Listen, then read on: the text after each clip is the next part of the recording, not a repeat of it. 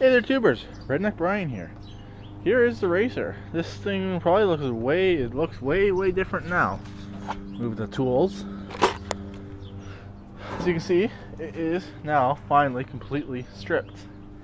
Yes, it is completely stripped down. This is as much as is coming off of it. So, as you can see, no motor. The whole cowl's off. It was actually, everything came apart easy, nothing broke, unlike that other tractor. I took the steering box out. It's sitting in my shop. It was just 5 bolts holding that on. So now I'm actually going to get this up. I'm going to lift it by the winch, hook some power to the winch, lift it up onto that 2x6 right there, because I got a light hanging off this one even though it's broken, but I don't want to damage the wires. Or I'll hang it off the back 2x6. But I'm thinking I'll go over there a little bit stronger because the posts are right there, and yeah, so probably gonna do that tomorrow. Hang it up by somewhere on the frame, maybe even the front bumper, so I can get the steering rack out, so I can paint that. The rear end I'm undecided about. I gotta see how much of a job it is to take it off once I lift it up. As you can see, I got dummy wheels on the back. Those are actually an old set of front tires for a Craftsman 2. So actually, I think they're a little bit smaller than the stock ones on this too. So there's dummy wheels I put on the back. But I may actually keep them because they're in really good shape, and actually swap out these front ones for them because they're smaller, and then you get a little bit more of a stance on this. I think those ones are a little bit smaller than the stock front tires here. So, but anyways, it's all stripped. I ran into one issue with the motor. The front motor mount tab is actually busted off. It was busted off already, but it's not severe enough that I have to do anything about it or worry about getting into the oil pan. I'll show that tomorrow. I don't have my keys on me to get into the shop, so I just came out here to do a quick video of this. I'll do maybe another video tomorrow once I get it up in the air, and then we can see what's going on underneath it and figure out what I'm painting. And then I'm probably going to haul the garden hose over here. Don't have a pressure washer yet, and wash this entire thing down. Then a couple doors down, I'm going to see if my one neighbor has one maybe that I can get and borrow, and just give this a quick wash, or just wire wheel the whole thing. That's why I took the steering rack out, like the box and stuff out of it, so I could wire wheel it if I want to. But I got really high water pressure without a pressure washer, so I think I'll be all right to even do it that way. All the bolts are labeled; they're all in the shop, and yeah. So also I want to show you my lawnmower on steroids is out for another season. Right there, it fired up with not too many problems.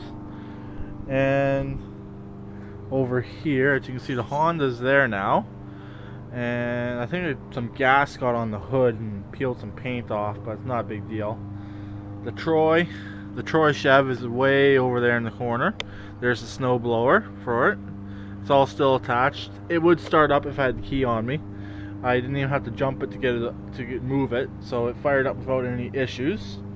I moved that yesterday on Sunday. And then the Honda, again, the Honda needs work, but it's not horrible.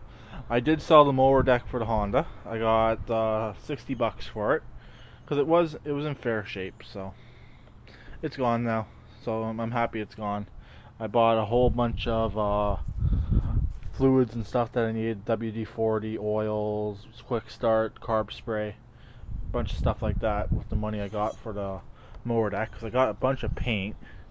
Still, I'm in bare feet and stepping on some stones. So yeah, so that's pretty much it for all this. The fenders are still hanging right there. They need the second coat, probably third coat, then clear. Do that one day this week if it's nice enough out, and clean this up and spray it. So the steering's all loose, obviously. So I think imagine it's just one bolt holding the front rack in to drop it out. That's not much to do. And then, like I said, with the rear end, we'll see about the rear end tomorrow when I do the video. I know it's 4 bolts on each hub, like just right in from the hubs. And underneath, it looks like there's another bolt right around in the frame, right around that area right there where that gear selector is, where the gear selector holder is. So yeah, and also got a tip. I gotta put it up on its end so I can weld that trailer hitch from the other side. And I gotta start some body work. I also gotta find the pedal I'm welding onto there, get that welded on. And I also gotta figure out why the parking brake does not work on this. See if I can get that fixed. And while the motor's out, I gotta do the modifications on it for the gas pedal. So I'm gonna get that done. And the bottom pulley's still on it, so I gotta probably take it off. I gotta figure out what size of pulley I'm gonna put on the front and where to get it. So yeah, that's pretty much it. If anyone knows if for lawnmower racing, like I need a 1-inch pulley. I don't really care how long it is, as I can put washers and crap in there to make up the difference. Obviously, it has to be keyed, so 1-inch keyway. Imagine. I think it's a no, sorry. I think it's like a 1/4-inch keyway on there, something like that. If anyone knows any good suppliers for stuff like that, large diameter, like 4 or 6-inch pulley. That's what I would like to put on the front end of this, and I believe I got a pulley for the back that should just bolt right onto the transmission. So yeah, that's pretty much it for this. I actually drove it to this spot, and then I just went at it and stripped it all down. But it looks pretty good. It's all stripped, and the reason why I put dummy wheels on it, so if I do leave them on there, I don't care if I get paint on them. But if I do decide to use them, if they are smaller than the stock fronts, which are actually brand new, I will actually just protect them, and I got another set of dummy wheels on the other side of the shed that are cracked and stuff. They're in worse shape than those two. I got actually a lot of tires, so every tractor I've ever gotten rid of, I always keep the tires off them. The scrapyard, for one, doesn't take tires, and they deduct you for it, and I always find a use for the tires eventually. So that's pretty much it for this. Hopefully I can get another video of it tomorrow. I gotta go shopping, get some groceries and stuff, but if I get time, because I also gotta work tomorrow night, I will be out here working on this, get some more stuff done on it. And I'm actually going to lift it up with the winch. Just attach the winch straight up to there and lift it up with the winch, and then just chain it and take the pressure off the winch. So yeah, that's everything for this. So I'll talk to you all later. If anyone has any suggestions on pulleys, be greatly appreciated. And then keep it redneck, and please subscribe and comment. Oh, one more thing. There is the cowl right there. I'm going to get that cut for the stereo.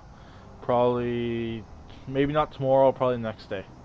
So stay tuned for that and that installation too. Bye for now.